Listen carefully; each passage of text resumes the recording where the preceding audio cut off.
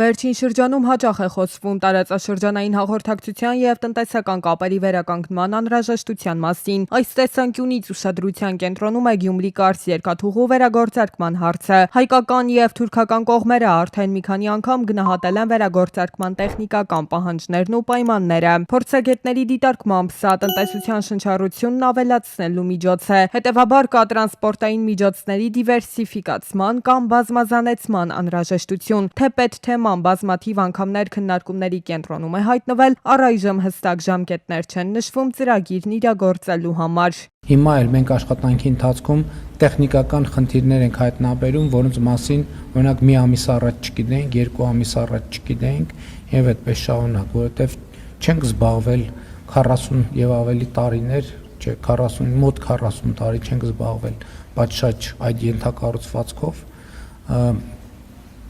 Պետք է հիմա գնահատենք կարիքներ եւ անցնենք գործի։ Հայաստանն ընթանում է եվրոպական մի շարք ստանդարտներին համապատասխանելու ուղիով։ Դրանցից մեկն էլ միկրոբիզնեսի շեմի բարձրացումն է։ Ներկայում միկրոբիզնեսի տարեկան շեմ համարվում է 24 միլիոն դրամը, սակայն գնաճային գործոններն ազդել են այս թվի վրա։ Կառավարության ղեկավարի խոսքով շեմը առնվազն կկրկնապատկվի հասնելով շուրջ 50 միլիոն դրամ։ Վերանայումների կարիք կա նաև շրջանառության եւ ավելացված արժեքի հարկի ոլորտներում։ Շրջանառության հարկի համակարգն էլ, այո, ես կարծում որ ինքը չի նպաստում բիզնեսի խոշորացմանը եւ բիզնեսի հաջողությանը եւ ավելին այդ թվում գյուղատնտեսության ոլորտում մենք ավելացված արժեքի հարկի հետ կապված խնդիրներ ունենք, որ գործող հարկային համակարգի եւ շրջանառության հարկի եւ ավելացված արժեքի հարկի համակարգի պարագայում մենք չենք կարողանում ապահովել, որպեսզի մթերքը գյուղից ուղիղ մտնի խանութ, ուղիղ մտնի սուպերմարկետ։ Ըստ Փաշինյանի լուծումը հետևյալն է. շրջանառության հարկի համակարգի փոխարեն պետք է աշխատել ավելացված արժեքի հարկով։ Միաժամանակ պետք է գործի տարբերակված ավելացված արժեքի հարկ։ Ավելացված արժեքի հարկը գյուղմթերքի պարագայում լինի 0, որպեսզի նախ մի կողմից դա հնարավոր լինի, որ մարդիկ բերեն եւ վաճառեն, այսինքն ոչ թե վաճառեն, այլ մատակարարեն ռեստորաններին, ցանցերին եւ այլն եւ այդպես շարունակ, եւ մենք ուրիշ համակարգեր էլ կմտածենք, որպեսզի հարկային բեռը էականորեն եւ ընդհանրապես չավելանա, այլ ավելանա ոչ ստվերային տնտեսությունը եւ հարկային վճարումները ավելանան ստվերի կրճատման հաշվին, բայց դա իր հերթին կնշանակի, որ մարդկանց եկամուտներն էլ են ավելանում։ Հարկային քաղաքականության շեշտադրումը տեղափոխվում է արտոնյալ համակարգերից դեպի առավել թափանցիկ եւ ինստիտուցիոնալ դաշտ։ Միկրոբիզնեսի շեմի կրկնապատկումը եւ ավելացված արժեքի հարկի զրոյական դրույքաչափի կիրառումը գյուղմթերքի շրջանառության մեջ ոչ միայն սոցիալական քայլ են գնաճի պայմաններում, այլև ռազմավարական գործիք ստվերի դեմ պայքարում։ Փոխարինելով շրջանառության հարկը ավելացված արժեքի հարկով փորձ է արվում վերացնել բիզնեսի խոշորացմանը խոչընդոտող արհեստական պատնեշները, ստեղծելով մի միջավայր, որտեղ հարկային կարգապահությունը դառնում է տնտեսական աճի եւ եկամուտների օրինական ավելացման հիմնական երաշխիքը։ Գյուրջան Կասկադ 60 ամիս փուլային վճարում, բազմաթիվ առավելություններ։ Հայաստանում ընտրությունների լուսաբանումը շարունակում են մնալ հանրային վստահության ձևավորման առանցքային գործոններից մեկը, սակայն լրագրողները հաճախ բախվում են մի շարք խնդիրների, սկսած տեղեկության հասանելիությունից մինչև իրավական սահմանափակումներ։ Լրատվամիջոցները նշում են, որ ընտրական գործընթացներում երբեմն դժվար է պահպանել հավասարակշռված լուսաբանումը, քաղաքական ճնշումների, ժամանակային սուղ պայմանների եւ ապատեղեկատվության մեծ հոսքի պատճառով։ Հեռուստատեսության ռադիոյի հանձնաժողովի նախագահ Տիգրան Հակոբյանը ընդգծում է, խոսքի ազատությունը չի նշանակում ամենաթողություն։ Նրա խոսքով հեռարձակողները պարտավոր են պահպանել օրենսդրական պահանջները, ապահովել բազմակարծությունը եւ չխախտել ընտրական գործընթացի արդարությունը։ Բոլորը բարձրացնում ենք ընտրությունների անցկացման լեգիտիմությունը, որտեղ ընտրությունների լեգիտիմությունը բարձրացում է նույնիսկ ամենաանդիմադիր, ամենադաժան քննադատությամբ մեդիա, որտեղ եթե կա այդպիսի մեդիա, ուրեմն ընտրությունները անցնում են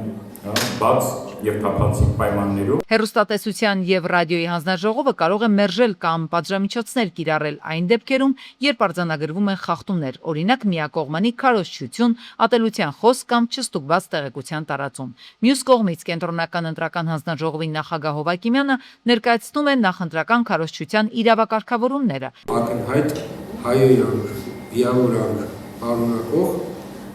հոլովակներ էին ներկայացրել հեռուստաընկերություններին եւ հեռուստաընկերությունները, այսպես ասած, հակողում էին հայտնել, որովհետեւ իրենց օրենսդրության, այսպես ասենք, իրենց համար մայր օրենսդրության տեսահոլովակական մեդիայի տեսանկյունից ինքը արգելված է նման կոնտենտը հեռարձակել, բայց ընտրությունների քարոզչության տեսանկյունից չկար որևէ նորմ, որ արգելում էր ընտրություններում գրանցված քաղաքական ուժի կողմից ներկայացված հոլովակը եթեր չհեռարձակվի։ Արհեստական բանականության դերը եւս գնալով մեծանում է, այն կարող է օգնել արագ վերլուծել տվյալները, հայտնաբերել ապատեղեկատվությունը եւ վերահսկել մեդիա դաշտը։ Սակայն մասնագետները զգուշացնում են, որ արհեստական բանականության կիրառումը պահանջում է պատասխանատու մոտեցում, քանի որ այն կարող է նաեւ դառնալ մանիպուլյացիայի գործիք։ Նախընտրական քարոզչության մոնիտորինգը իրականացնում է հատուկ մեթոդավանությամբ։ Հաշվարկվում է եթերաժամը, գնահատվում է բովանդակության տոնայնությունը եւ հավասարակշռությունը։ Տարիներով ձգվող դատավարություններ, անընդհատ հետաձգվող նիստեր ու որոշման սպասող քաղաքացիներ երկրի դատական համակարգում քրեական գործերի քննության ժամկետները վաղուց են հանրային դժգոհության պատճառ։ Այժմ փորձեր են կատարվում փոխել իրավիճակը, առաջարկելով նոր կարգավորումներ։ Խորհրդարանում արդարադատության նախարարը ներկայացրեց օրենսդրական փաթեթ, որով առաջարկվեց սահմանել դատաքննության հստակ ժամկետներ, ըստ որի քրեական գործը պետք է քննվի 1 տարվա ընթացքում։ Միաժամանակ դատարանը հաշվի առնելով գործի իրավական բարդությունը, վարույթային անհրաժեշտ գործողություններ կատարելու ծավալը եւ այլ հանգամանքներ, որոնք անխուսափելիորեն երկարացնում են գործի քննության տևողությունը, կարող է պատճառաբանված որոշմամբ ոչ ավել քան 2 անգամ երկարաձգել նշված ժամկետը, յուրաքանչյուր դեպքում առավելագույնը 1 տարի ժամկետով։ Նախագծով առաջարկում են դատավորի փոփոխության դեպքում դատավարությունը չսկսել զրոյից, այսինքն մինչև դատական կազմի փոփոխությունը հետազոտված ապացույցները կհամարվեն հետազոտված, բացառությամբ այն դեպքերի, երբ դատարանն անհրաժեշտ կգտնի դրանք կրկին ուսումնասիրել։ Փաստաբանները կասկածում են, որ հնարավոր կլինի նման պայմաններում գործերը ավարտին հասցնել։ Եթե մենք նախատեսում ենք, որ կարող է այդ դատավորը նախորդ դատավորի ավարտած տեղից սկսել, դա նշանակում է, որ մենք շատ լուրջ խնդիր ունենք արդարադատության հետ, քանի որ նախատեսում է, որ դատարանը անձամբ պետք է գործի քննությունն իրականացվի, այլ ոչ թե դուք փաստաթղթավորված։ Մասնագետների դիտարկմամբ միայն ժամկետ սահմանելը բավարար չէ, եթե համակարգը շարունակում է ծանրաբեռնված մնալ։ Նկատում են, որ առանց հաստիկների ավելացման փոփոխությունները կմնան պարզապես թղթի վրա։ Շատ գործերով դատական նիստերը նշանակվում են ամիսներ անց, ահազանգում են մասնագետները, թեև կան գործեր, որոնք հնարավոր է ավարտել ընդամենը մի քանի դատական նիստի ընթացքում, դրանց մեծ մասի քննությունը սակայն պահանջում է երկար ժամանակ։ Մենք անբավարար հաստիկներ ունենք դատավորների, ինչն էլ հանգեցնում է յուրաքանչյուր դատավորին բաժին ընկած ահռելի քանակությամբ գործերի, դա իհարկե հանգեցնում է նրան, որ եւ ողջունի դամկետներն են խախտվում, եւ քննության արդյունավետությունն է խախտվում։ Ծանրաբեռնվածության եւ ժամանակային ճնշման պայմաններում փաստաբանները չեն բացառում, որ քննությունը կարող է լինել ոչ լիարժեք։ Նոր փոփոխությամբ նախատեսվում է նաեւ, որ ծանր եւ առանձնապես ծանր հանցագործությունների գործերով ազատության մեջ գտնվող մեղադրյալի միջնորդությամբ դատական նիստը կարող է անցկացվել նրա բացակայությամբ, սակայն մասնագետների կարծիքով դա չի ապահովի գործերի քննության ողջամիտ ժամկետների էական կրճատում։ Մեղադրյալի համար դատական նիստի ներկայանալը պարտականություն է, որի չկատարումը ունենում է շատ լուրջ հետևանքներ։ Հետևաբար մեղադրյալների չներկայանալու պատճառով ասել, որ նիստեր են ձգձգվում, դա ուղղակի անհեթեթություն է։ Արդարադատության արդյունավետությունը միայն ժամկետներով չի փակվում, հիշեցնում են մասնագետները, կարևոր է, որ այն լինի լիարժեք, հիմնավոր եւ արդար։ Կյանքի դժվարին իրավիճակում հայտնված ընտանիքների կացարանային խնդիրները մնում են սոցիալական քաղաքականության մարտահրավերներից, բնական աղետներն ու սոցիալ-տնտեսական դժվարությունները շատերին կանգնեցնում են բնակարանի կորստի կամ ոչ պատշաճ պայմաններում ապրելու առաջ։ Կառավարությունը շրջանառում է նախագիծ, որով առաջարկում է ստեղծել հրատապ արձագանքման մեխանիզմ այդպիսի ընտանիքներին ժամանակավոր կացարանով ապահովելու արագ տեղակայվող մոդուլային տնակների միջոցով։ Նախագծով առաջարկվում է սոցիալապես անապահով անձանց կամ ընտանիքներին, որոնք չունեն սեփական բնակելի տարածք կամ բնակվում են բնակության համար ոչ պիտանի պայմաններում, անհաղթահարելի ուժի բնական աղետների, սոցիալ-տնտեսական դժվարությունների կամ այլ հանգամանքների պատճառով ապահովված չեն ժամանակավոր անվտանգ եւ նվազագույն կենցաղային պայմաններ ունեցող կացարանով, ապահովել ժամանակավոր կացարանով, մոդուլային տնակներով։ Նախատեսվում է տնակներով ապահովել շուրջ 100 ընտանիքի։ Տնակները ձեռք կբերվեն պետության կողմից, ընդհանուր արժեքը գնահատվում է 500-ից 700 միլիոն դրամ, յուրաքանչյուր ընտանիքի համար 5-ից 7 միլիոն դրամ։ Փաստաբանները սակայն առաջնահերթ կարևորում են հողամասերի հատկացման հարցի արդյունավետ լուծումը։ Եթե համայնքային հողամասերում են տեղադրվելու տնակները, այստեղ արդեն պետք է կոնկրետ համայնքի հետ կապված գործառույթներ իրականացվեն եւ վերջիվերջո նաեւ ժամկետների առումով պետք է հստակ սահմանվի ինչ ժամկետով են տեղադրվում։ Մասնագետների կարծիքով գործընթացը ժամանակատար եւ ծավալուն է, ընդգծում են շահառուների իրավունքների պաշտպանության անհրաժեշտությունը, կարևորելով հստակ մեխանիզմներ բնակեցման ժամկետների եւ դուրսբերման պայմանների համար։ Միաժամանակ նշում են, որ պետությունը գնումների գործընթացում պետք է առաջնորդվի գների հիմնավորվածությամբ։ Տվյալ շահառուները պետք է գիտակցեն, որ դա կարող է ցամաք չլինել կամ առնվազն շատ երկար ժամկետով չլինել։ Պետությունը ցանկացած ապրանք եւ ծառայություն ձեռք բերելիս պետք է բնականաբար առաջնորդվի նրանով, որ տվյալ ապրանքը գերագնահատված չի։ Եվ նաև պետք է բարձ մրցակցային դաշտ լինի։ Տնակները կարող են լինել ինչպես փայկյա, այնպես էլ մետաղական կոնստրուկցիաներով։ Մասնագետների խոսքով ջերմամեկուսացման տեսանկյունից առավելություն ունեն փայտյա տարբերակները, իսկ կառուցման ընթացքում անհրաժեշտ է հաշվի առնել տեղային առանձնահատկությունները։ Խնդիրներից հետևյալն է, Հայաստանում մկները շատ ավելի շատ են կրծողները ու դրան լուծում կա։ Եթե կարիք է լինում օդի մեջ կառուցենք տունը, շատ խիտ հետ կա, ամբողջ անկյունները փակում են, քանի որ մկները կարան անկյունից մենակ տների մտնեն։ Թեև նախագիծը միտված է արագ լուծում տալ կացարանային խնդիրներին, սակայն դրա արդյունավետությունը ըստ մասնագետների մեծապես կախված է իրավական կարգավորումներից, թափանցիկ գնումներից եւ տեղային պայմաններին համապատասխանող կառուցողական լուծումներից։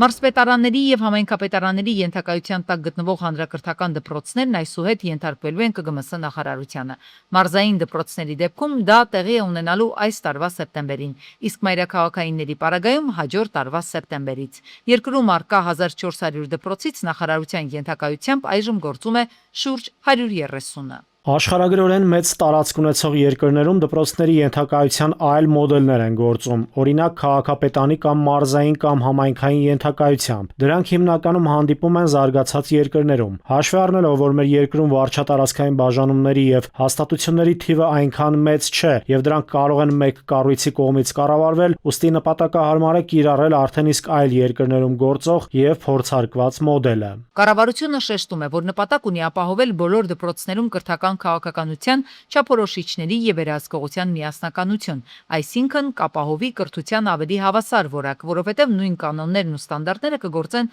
բոլոր դպրոցներում եւ պետությունը կկարողանա ավելի շատ հետևել փոփոխությունների արդյունքներին։ Հանրակրթական դպրոցների կենտրոնացված կառավարման անցնելու գործընթացը կբարձրացնի կրթության զարգացման ռազմավարական ծրագրի եւ դրա մոնիթորինգի արդյունավետությունը, կապահովի բարեփոխումների համար միասնական մոտեցումներ։ Ցանկացած հարցով դպրոցները սկսելու են դիմել նախարարություն եւ նախարարությունը ուղղակի չի հասցնելու կառավարել, արձագանքել, process-ները դանդաղելու են, process-ները անտեսվելու են։ Փոփոխությունների մյուս հիմնավորումը տեղական մակարդակում քաղաքական կամ վարչական ազդեցության նվազեցումն է, քանի որ այսօր որոշ դեպքերում դպրոցները կախված են մարզային կամ համայնքային իշխանություններից, իսկ կենտրոնացումը թույլ կտա նվազեցնել այդ ազդեցությունները, բայց կա կարծիք, որ այս փոփոխությունները հիմա էլ կուժեղացնի կենտրոնական իշխանության քաղաքական ազդեցությունը։ Համակարգը կարող է գնա, այսպես ասած, կենտրոնացված կառավարման, դրանից բխող տնօրենների, ուսուցիչների քաղաքական հպատակության ռիսկը։ Տեղական ինքնակառավարման մարմինների դպրոցների վրա ազդեցության կորստի հետևանքով կարող է նվազել կրթական համակարգի ճկունությունն ու որոշումների բազմազանությունը։ Մյուս վտանգն այն է, որ եթե կենտրոնական կառույցը ծանրաբեռնված կամ անարդյունավետ լինի, ամբողջ կրթական համակարգը կարող է դանդաղել, քանի որ որոշումները կընդունվեն մեկ կետում եւ դպրոցների արագ արձագանքելու հնարավորությունը կնվազի։ Չեմ կարծում, որ այնքան բյուջե կլինի, որ այդ մարդիկ, որոնք Երևանում նստած են, ամիսը մեկ, շաբաթը մեկ կկարողանան այցելել մարզեր եւ տեղերում տեսնել իրավիճակը։ Փորձագետները մտավախություն ունեն, որ կրթական համակարգի խնդիրները պարզապես կարող են տեղափոխվել տեղական մակարդակից դեպի կենտրոն եւ այստեղ ընդունված որոշումների վրա կլինեն քաղաքական ճնշումներ, ապա դա կազդի ամբողջ պետության կրթական որակի վրա։